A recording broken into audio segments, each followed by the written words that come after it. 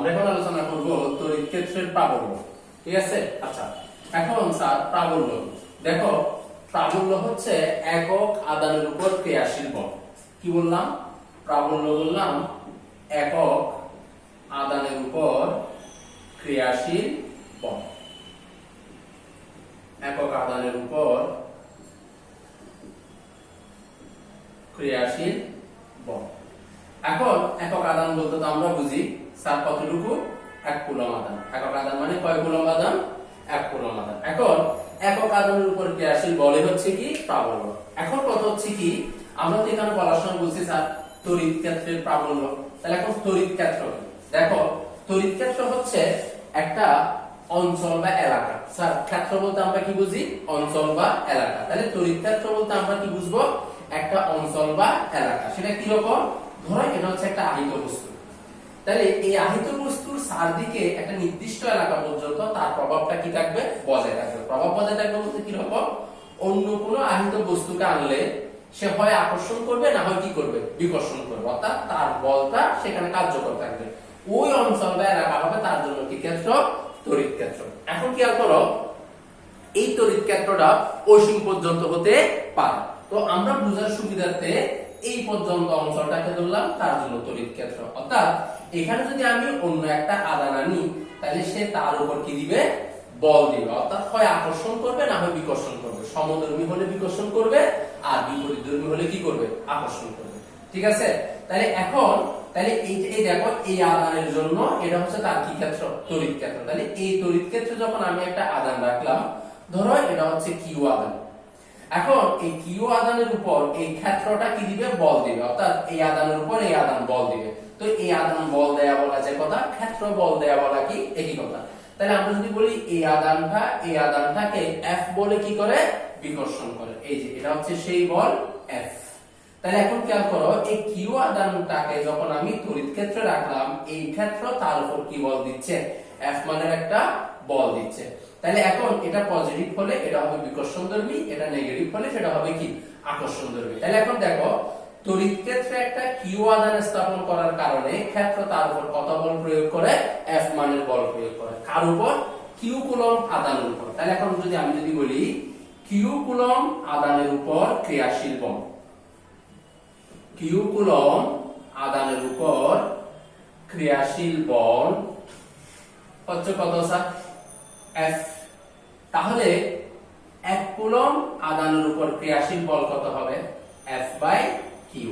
এই যে 1 কুলম্ব আধানের উপর ক্রিয়াশীল বলকে আমরা কি বলছি স্যার? তড়িৎ প্রাবল্য। ঠিক আছে? তাহলে এখন 1 কুলম্ব আধানের উপর ক্রিয়াশীল বলের জায়গায় কি লেখা যাবে? তড়িৎ প্রাবল্য। তাইলে তড়িৎ প্রাবল্য ইকুয়ালস হচ্ছে কত? F by q. তাহলে এখন তড়িৎ প্রাবল্যকে আমরা কি দিয়ে প্রকাশ করি? ই দিয়ে। তাহলে ইকুয়ালস হচ্ছে কত? F by q. এই হচ্ছে আমার সমীকরণ। তাহলে এখন প্রাবল্য তাহলে কি পাইলাম? তড়িৎ ক্ষেত্রের কোন বিন্দুতে তুমি যদি একটা 1 কুলম্বের আধান স্থাপন করো, তাহলে ক্ষেত্র ওই 1 কুলম্ব আধানের উপর যে পরিমাণ বল দিবে সেটাই হচ্ছে কি? প্রাবল্য। তাহলে এখানে এফ যেটা, এই এফটাকে আমরা বলবো তড়িৎ বল, কারণ এফটা হচ্ছে কিউ কুলম্বের উপর ক্রিয়াশীল বল। আর যদি 1 কুলম্ব রাখি, ধরো এই বিন্দুতে আমি সরাসরি 1 কুলম্বের একটা ধনাত্মক আধান রাখলাম, আর ক্ষেত্র তাকে ধরো 10 নিউটন বলে কি করছে? বিকর্ষণ করছে। তাহলে 1 কুলম্বের উপর ক্রিয়াশীল বল 10 নিউটন, এটাই হচ্ছে তার প্রাবল্য, মানে এই বিন্দুতে প্রাবল্য। তাহলে ক্ষেত্র কিউ কুলম্বের উপর যদি বল দেয়, তখন সেটাকে আমরা কি নামে চিনবো? তড়িৎ বল নামে চিনবো। কিন্তু 1 কুলম্বের উপর যে বল দিবে সেটাকে আমরা বলবো কি? তড়িৎ প্রাবল্য। এই জন্য আমরা বললাম তড়িৎ ক্ষেত্রে স্থাপিত কোন বিন্দুতে একক আধানের উপর ক্রিয়াশীল বলকে কি বলা হয়? তড়িৎ প্রাবল্য বা তড়িৎ তীব্রতা বলা হয়। তাহলে এখন এই কিউ এর জায়গায় আমরা যদি বলি যে 30 কুলম্ব, এই কিউ এর জায়গায় আমরা কত বললাম? 30 কুলম্ব। আচ্ছা, একটু বড় হয়ে যায়। আমরা বললাম এই যে এখানে রাখলাম কয় কুলম্ব? 10 কুলম্ব। আর ক্রিয়াশীল বল হচ্ছে কত? স্যার ক্রিয়াশীল বল হচ্ছে 30 নিউটন। অর্থাৎ আমি তড়িৎ ক্ষেত্রের কোন বিন্দুতে 10 কুলম্বের একটা আহিত বস্তু রাখলাম বা একটা আধান রাখলাম, আর ক্ষেত্র তার উপর কয় নিউটন বল দেয়? 30 নিউটন বল দেয়। তাহলে এখন চিন্তা করো ওই নিয়মটা দেখো, তাহলে 10 কুলম্বের উপর ক্রিয়াশীল বল হচ্ছে কত? 30 নিউটন। তাহলে 1 কুলম্বের উপর ক্রিয়াশীল বল কত হবে? 30 নিউটন বাই 10 কুলম্ব। তাহলে এখন এটা কত পাচ্ছি? 3 নিউটন পার কুলম্ব। অর্থাৎ 1 কুলম্বের উপর কয় নিউটন বল? 3 নিউটন। এটাই হচ্ছে প্রাবল্য, এটাই হচ্ছে কি প্রাবল্য। আর আমরা যদি এখান থেকে এককটা দেখি তাহলে স্যার খেয়াল করি, বলের একক হচ্ছে আমার নিউটন আর আধারের একক হচ্ছে কুলম্ব। তাহলে আমার একক দাঁড়াচ্ছে কি? নিউটন পার কুলম্ব। স্যার এককটা কি দাঁড়াচ্ছে? নিউটন পার কুলম্ব। তাহলে এখন যদি বলা হয় যে কোন বিন্দুর তীব্রতা বা প্রাবল্য 10 নিউটন পার কুলম্ব বলতে কি বোঝো? খুব সিম্পল, 10 and ইনভার্স 1। তাহলে এখানে তো বলতেছি নিউটন পার কুলম্ব, অর্থাৎ 1 কুলম্বের উপর ক্রিয়াশীল বল কয় নিউটন? 10 নিউটন। তাহলে তড়িৎ ক্ষেত্রের কোন বিন্দুর প্রাবল্য বা তীব্রতা 10 নিউটন পার কুলম্ব বলতে বোঝায় যে তড়িৎ ক্ষেত্রের ওই বিন্দুতে 1 কুলম্বের একটি আধান রাখলে ক্ষেত্র তার উপর 10 নিউটন কি করে? বল প্রয়োগ করে। কথা কি বুঝাতে পারছি? তাইলে আমরা এখান থেকে তড়িৎ প্রাবল্যের জন্য স্যার সমীকরণ কি পাইছি? E = F/Q। এটা দিয়ে আমরা ম্যাথ করব। আবার F হচ্ছে কত? QE। তাহলে প্রাবল্য আর তড়িৎ বলের মধ্যে কি স্যার সম্পর্ক? এখানে E হচ্ছে প্রাবল্য, F হচ্ছে কি তড়িৎ বল। তাহলে প্রাবল্য আর তড়িৎ বলের মধ্যে সম্পর্ক। এখন দেখো তড়িৎ প্রাবল্য একটা কি রাশি? ভেক্টর রাশি। তাহলে তার মানও আছে, দিকও আছে। স্যার কি বলছি? মানও আছে, দিকও আছে। তাহলে দিকটা কি হবে? দেখো আমার এই যে ক্ষেত্রের এটা যখন ধনাত্মক আধান হয় তখন আমি যদি এখানে যদি একক ধনাত্মক আধান রাখি তাহলে যদি তাকে বিকর্ষণ করবে। আচ্ছা আমি নতুন করে এঁকে দেখাচ্ছি।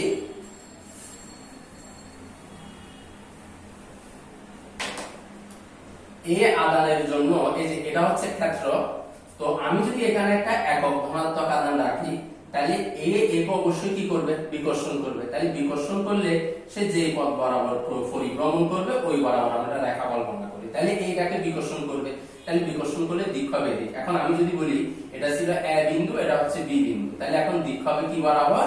AB বরাবর। দিক হবে কি বরাবর? AB বরাবর। আবার যদি এমনটা হয় যে এটা প্লাস না হয়ে যদি এটা মাইনাস হয়, খেয়াল করি স্যারেরা, এটা প্লাস না হয়ে যদি কি হয়? মাইনাস হয়।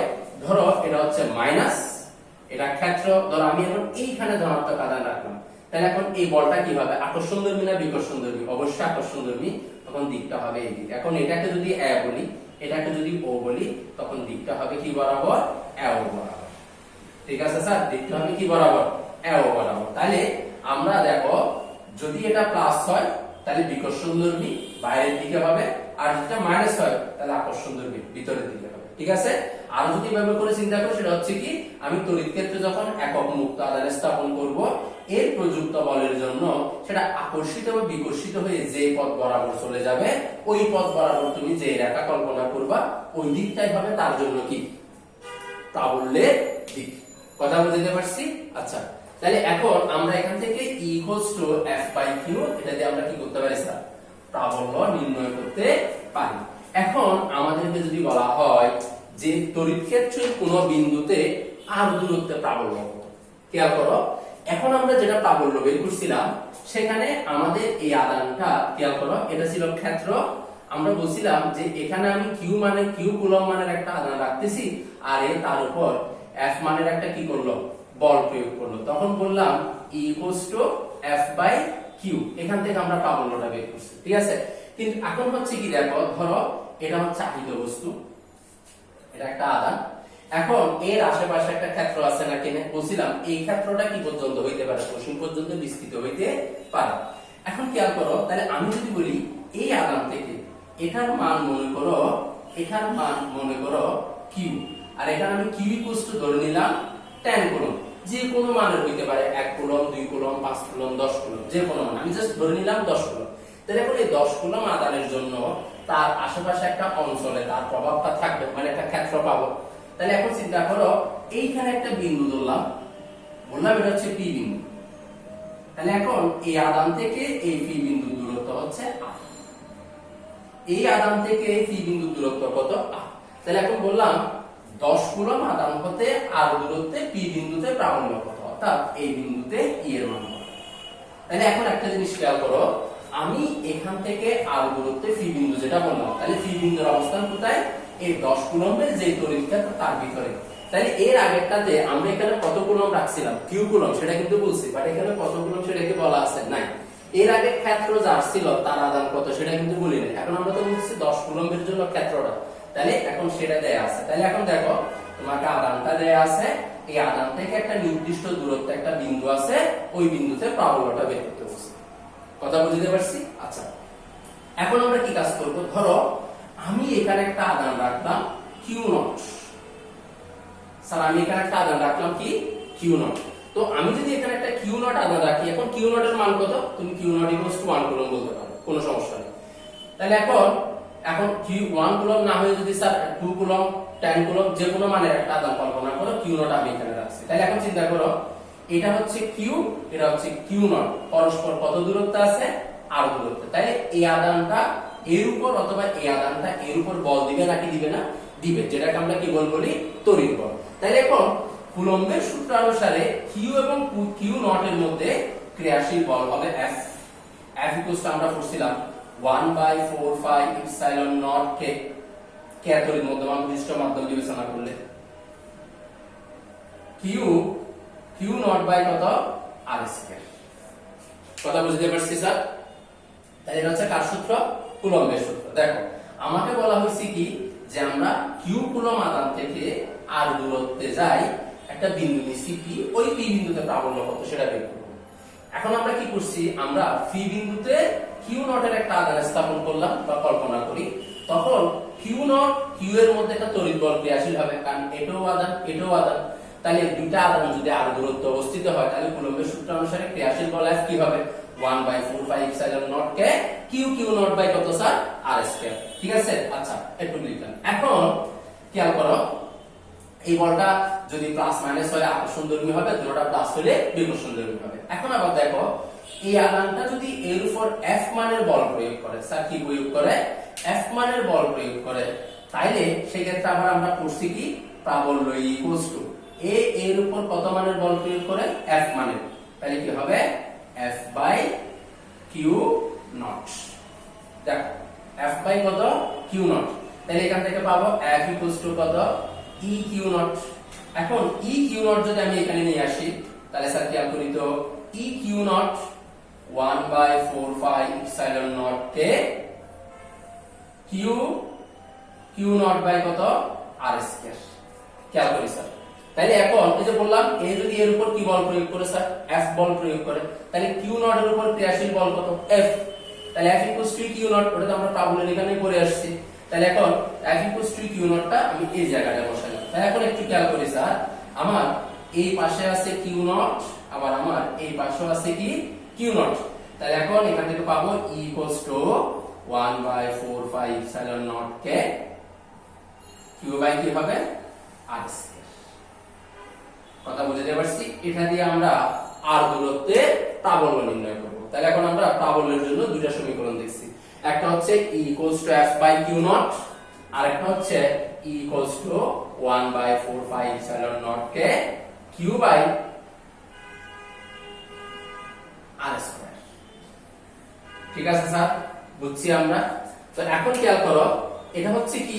কোনটা কখন? এটা আমরা ইউজ করব কখন? যখন বলবো তড়িৎ ক্ষেত্রে কোনো বিন্দুতে এই যে x কুলম্বের একটা আদান রাখা হলো, ক্ষেত্র তার উপর F মানের একটা বল প্রয়োগ করে প্রাবল্য কত? সিম্পল। যদি আমাকে বলা হয় 10 কুলম্ব আদান থেকে 2 মিটার দূরত্বে প্রাবল্য কত, 30 কুলম্ব আদান হতে 5 মিটার দূরত্বে প্রাবল্য কত, তখন সমীকরণ হবে এটা E equals to 1/4 epsilon naught K q by r square. আমরা কি বুঝতে পারছি স্যার? আচ্ছা, এখন যদি একটা বিন্দুতে যদি একাধিক আদানের জন্য হয়, তখন কিভাবে হিসাব করব? সেটা হচ্ছে কি, দেখো ধরো আমার এখানে একটা আদান আছে, এটাকে বললাম Q1, আর ধরো এই জায়গায় একটা আদান আছে, এটাকে বললাম স্যার কত? Q2। তাহলে একটা আদান হচ্ছে Q1 আর একটা আদান হচ্ছে কত? Q2। এখন তুমি চিন্তা করো, যদি এই জায়গায় একটা বিন্দু বলি, ধরলাম এটা কি বিন্দু? পি বিন্দু। তাহলে এখন বললাম যে এই পি বিন্দুতে প্রাবল্য কত। এখন চিন্তা করো, এই Q1 এর এই পি বিন্দুটা Q1 এর ক্ষেত্রে, সিমিলারলি এটা তো Q2 এর জন্য করে, অর্থাৎ এখানে আমরা বলবো কি প্রাবল্যের পরিবর্তন নীতি চিন্তা করবো আর কি। তাহলে এখন চিন্তা করো কিভাবে তখন প্রাবল্য হিসাব করবে। এখন আমাকে বলা হয়েছে P বিন্দুতে প্রাবল্য কত, তখন ধরো এখান থেকে দূরত্বটা হচ্ছে R1, আবার আমার Q2 আধান থেকে দূরত্বটা হচ্ছে কত R2। তখন আমাকে প্রথমে যে কাজটা করতে হবে যে Q1 আধানের জন্য একবার প্রাবল্য বের করব E1 1/4πε0 কে Q1 বাই কত R1 স্কয়ার। এখন আবার বের করব কি স্যার E2 1/4πε0 কে স্যার 1/4πε0 কে এবার হচ্ছে কত Q2 বাই কত স্যার R2 স্কয়ার। তাহলে আমরা কয়বার বের করছি দুইবার, একবার Q1 আধানের জন্য R1 দূরত্বে P বিন্দুতে প্রাবল্য E1, আর একবার হচ্ছে কত Q2 আধানের জন্য R2 দূরত্বে P বিন্দুতে প্রাবল্য। তাহলে দুবার আমরা স্যার দুইটা প্রাবল্য বের করছি P বিন্দুতে, তাহলে কয়টা প্রাবল্য পাইছি দুইটা। এখন এটা পজিটিভ, তাহলে এটার জন্য যদি হয় E1, তাহলে E1 এর দিক হবে কোন দিক স্যার, এই যে দিক, এটা হচ্ছে কার দিক E1 এর দিক। এখন এটা তো পজিটিভ ছিল Q2, তাহলে এটাও কি সুন্দরী, তাহলে E2 এর দিক হবে এই দিক। এখন এই দুইটার জন্য লব্ধি প্রাবল্য হবে যেটা আমরা ভেক্টর নিয়মে করব, ঠিক আছে স্যার। তাহলে এই এটাই হচ্ছে এই বিন্দু এই প্রাবল্য P বিন্দু, তাহলে P বিন্দুর প্রাবল্য হবে E কি হবে E1 E2। এখানে E1 E2 বলতে কি রকম, আমরা সাধারণ বীজগণিত চিন্তা করব না, এটা আমরা ভেক্টর নিয়মে করব, ঠিক আছে। যদি কল্পনা করো যে কি এই অন্তর্ভুক্ত কোণটা আলফা হয়, তাহলে সেক্ষেত্রে কি হবে E √(E1 square plus E2 square plus 2E1 E2 cos alpha. এভাবে করে আমরা এটা ফ্যাক্টর নিয়মে করব। তাইলে এখন তো আমরা শুধু Q1 আর Q2 এর জন্য চিন্তা করছি, তাহলে এর বেশি কি হতে পারে, অবশ্যই হতে পারে। কথাটা ক্লিয়ার?